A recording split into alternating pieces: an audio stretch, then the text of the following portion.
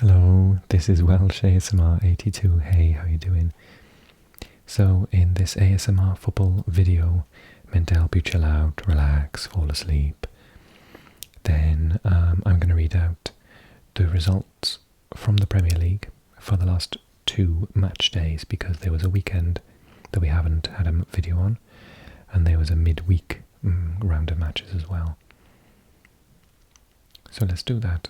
Okay, starting with the match day beginning on Friday the 14th, or was it on Sunday? Which day was it? Okay, so so Monday happened, Sunday, Saturday, and then of course it was Thursday and Wednesday and Tuesday. Right, okay, those are the ones. Crystal Palace Wolves. So Crystal Palace won at home to Wolves 2-1. Goals from my favourite Eze and Wilfried Zaha. His goal was absolutely fantastic. I watched this game. Adama Traore with the 1 goal on the side of Wolves. Man of the match was surprisingly Zaha. So they're still a very, very difficult team to beat at home in Selhurst Park. This was an important result for 2 reasons. One, it shows the slip that Brighton is starting to have now that Graham Potter's gone to Chelsea and is doing really, really well there. And the other is that Nottingham Forest has started to figure out how to stop leaking goals. So actually a 0-0 was a really important result, which in a second when we talk about Nottingham Forest's next result, this was the perfect building block for that. So important 0-0 there for Nottingham Forest. Okay, then I watched this match as well. Sorry guys, I was watching it because I like Tottenham. Tottenham were dire, they were just absolutely dire. 2-0, and they just didn't even have a chance on goal. I just don't remember one. Fred and Bruno Fernandes. Fernandes' goal was just top class. Let me see the stats. Shots on target 2. Maybe I got up and had a cup of tea. Yeah, I was really disappointed. They just wanted to sit back and counter-attack. It wasn't working. They didn't have a plan B. I was a bit worried about them actually.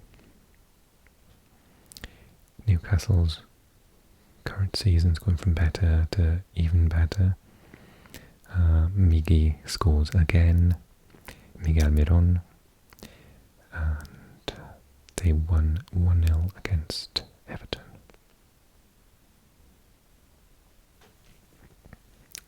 I was shocked with this result. Southampton won at Bournemouth 1-0.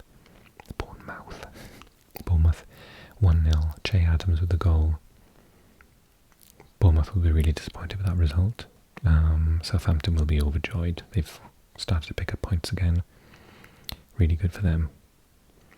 And then Liverpool with Darwin Núñez scoring the only goal, beat West Ham at home.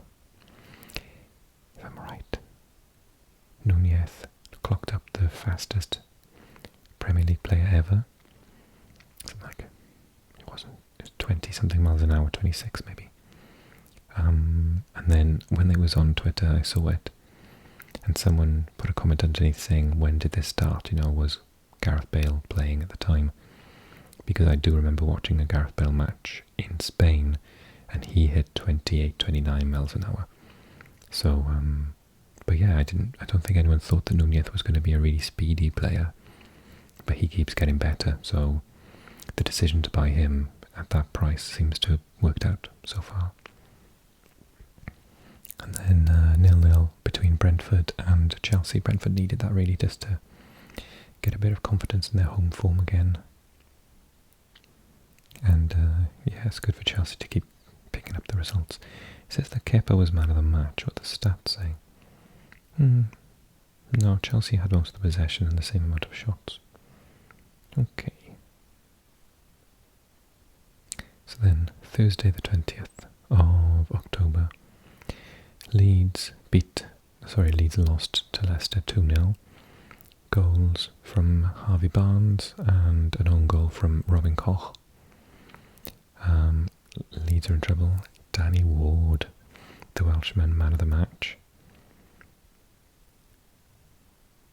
Very good.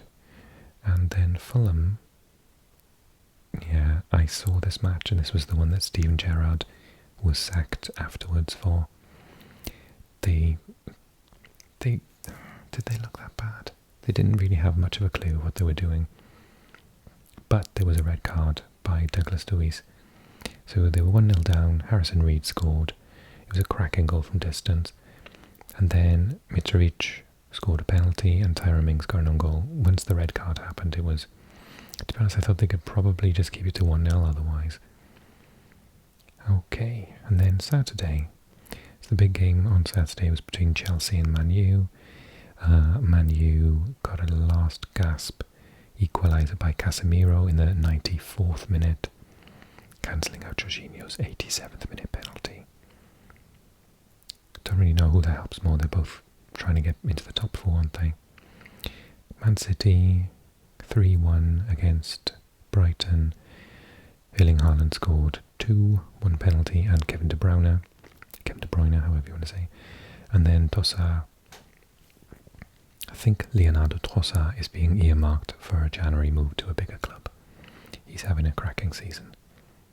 And he's already a Belgian international. I think he'll be going to Belgium, with Belgium, to the World Cup. So I wouldn't be shocked if Brighton lose him, unfortunately. Although, historically, if you buy someone who's good in the January window, you usually overpay for them, so they might get some good money for him. Yeah, so Everton won against Crystal Palace 3-0. Good for Everton, bad for Crystal Palace, but they do really rely on their home form. Goals by Calvert-Lewin, back from injury, Gordon and Dwight McNeil. Yeah, really important for Everton to get a win home. And then, wow, I watched this match live. Nottingham Forest deserved the win. They were excellent.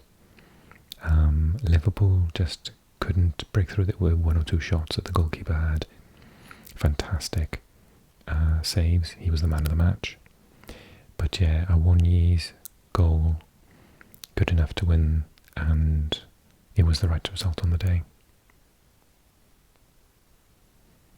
Okay, so some really big results on the Sunday as well, look. Spurs losing at home, this time to Newcastle. Newcastle, again, another goal from Almiron. Callum Wilson as well, back from injury. Harry Kane continues to score for Tottenham, but I think they're struggling at the minute. And lots of people come out in support of the manager, which is a good thing. But equally, I don't like his tactics. So I do think that people overly criticise managers. People are saying, oh, he's not got a magic wand, he can't work miracles. They're a really good team. He's making them play very negatively, defensively, on the break. They are missing Kulusevski, who's excellent. Son's not playing as well as he was last year. Yeah, I think there was a stat that said that Tottenham were 4th before these 2 recent losses, but they'd only won against teams in the bottom half of the league. Now they're going to face Newcastle's, Arsenal's, Man United, Man City's, etc. So I think that they need to be really wary that that tactic just isn't working. I'm sorry. If you disagree with me, please write a comment. I'd love to know.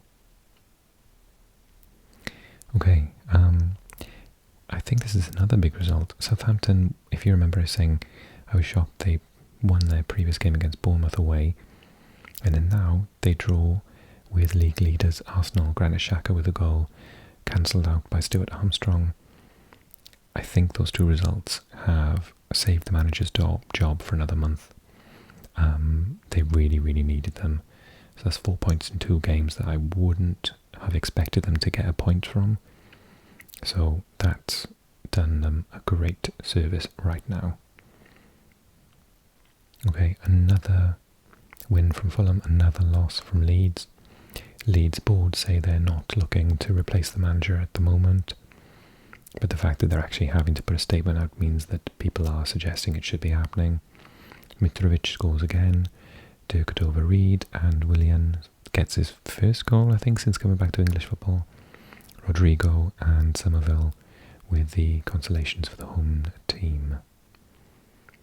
I mean, Fulham are a good team. They had a little wobble there, didn't they, when Mitrovic was injured, but now he's back.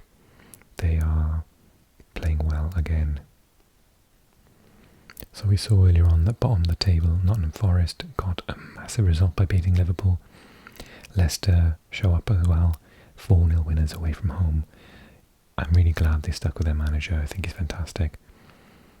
I knew it was just a wobble that they'd get over. Tielemans, Barnes, Maddison, again, my favourite Maddison, and Jamie Vardy with all of the goals. Wolves are struggling. They need to buy a striker at Christmas, otherwise they're going down. And lastly, where did this result come from? Managerless Aston Villa 4-0 winners against Brentford, a usually incredibly robust and difficult to beat side. So Leon Bailey, the Jamaican, Danny Ings twice, one with a penalty, and Ollie Watkins. Where's that result been? Very strange. Did they go to a back four from back five? Or back three it was really, wasn't it? Interesting. Okay, and then the last result. Bad week for Bournemouth, another loss. I hear the goal is extremely handball-y. Apparently 2 handballs in the build-up. So they're going to be really angry. West Ham aren't. They continue to win 2-0. Kutzuma, the cat kicker, I'm not a fan of him, and Saeed Benrahma, who's an excellent player, with a penalty in the 92nd minute. So let's have a look at the table and see where that leaves us. So the table, Arsenal still top, but dropped 2 points. Man City catching them, 26 points to 28. Tottenham in third. How did that happen? I suppose because everybody else had been losing points, but they're in a bad run. Newcastle up to 4th. Can they break into the top 4? I'd love it. I'd love it. Chelsea 5th, Man United 6th. Fulham up to 7th. Liverpool dropped to 8th. Brighton on free fall down to 9th. West Ham up to 10th. Brentford had a weird week, so down to 11th. Everton up to 12th. Crystal Palace down to 13th. Bournemouth had a bad week, didn't they? Down to 14th. Aston Villa up to 15th after that win. Southampton in 16th after a really good week. Leicester out of the relegation places, up to 17th with 11 points. Leeds down, Wolves down, but on equal points to the very happy this week Nottingham Forest, who got 4 points from their 2 matches. They've got 9 points and they are 10, 11, 12. 1 win away from 15th place now. So it's going to be a really interesting relegation battle. I thought, the Midland sides were going to struggle, but yeah, they seem to have got into their rhythm. Anyway, as ever, tell me how you feel about all of the results and the tables and the standings and people's form and formations, anything I've commented on. But otherwise, take care and I'll see you again next time.